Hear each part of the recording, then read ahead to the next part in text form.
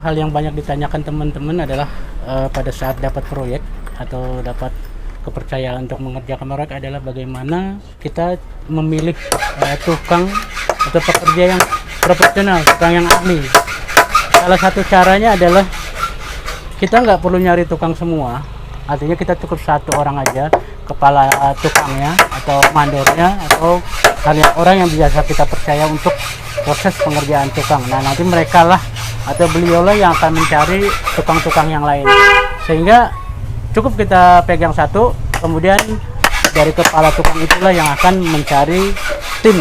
Ini Pak Herman ini boleh dikatakan kepala tukang atau mandor ya, tukang mandor dari proyek-proyek saya. Sudah bertahun-tahun beliau ikut ya, beliau ikut saya, proyek-proyeknya dikerjakan beliau tahu apa yang saya inginkan, beliau juga mahir dalam membaca gambar gitu. Jadi nanti teman-teman Pak Herman akan sharing setelah saya minta Pak Herman, Pak tolong carikan tukang yang bagus. Pak Herman nanti yang akan mencari tim, betul deh Pak? Iya. Gimana Pak Herman?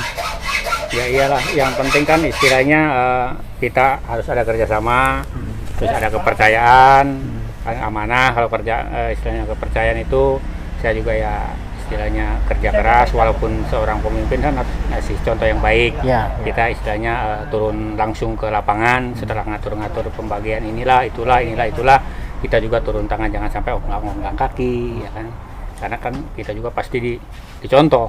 Ya. Oh ini istilahnya pemimpin yang baik kayak begini, ya. Mandor yang baik kayak begini, begitu. Kalau Pak Herman sendiri cara mencari tim atau tukang-tukang yang baik bisa bekerja sama dengan Pak Herman tuh kriterianya apa Pak? Yang penting kan istilahnya saya disiplin kerja sama disiplin waktu. Kalau disiplin kerja, contohnya kita mulai jam 7:30 sampai 4:30. Nah itu disiplin kerja. Disiplin waktu.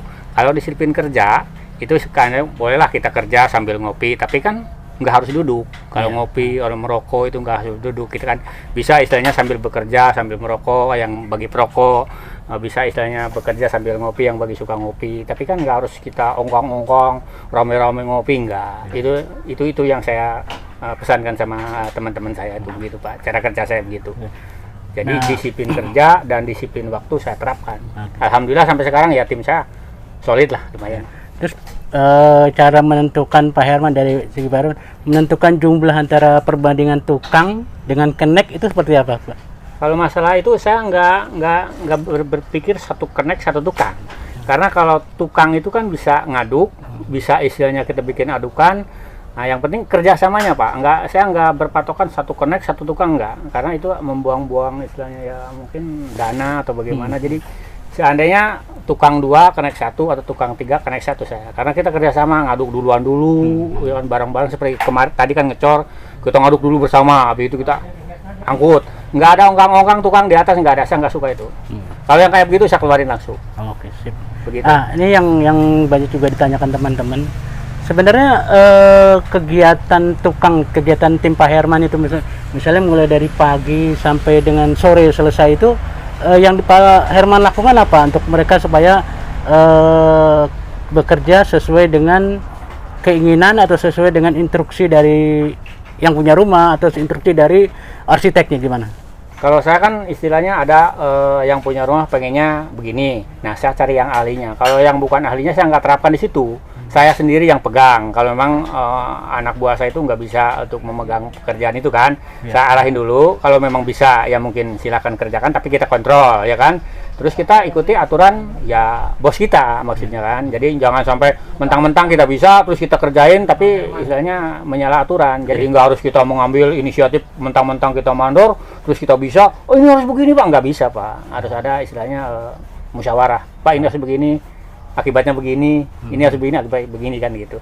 Karena antara praktek dengan teori itu agak berbeda gitu. Nggak harus istilah. Kita contohnya kalau di teori contoh pasangan bata 12,5, tapi kan di lapangan nggak mungkin segitu Pak.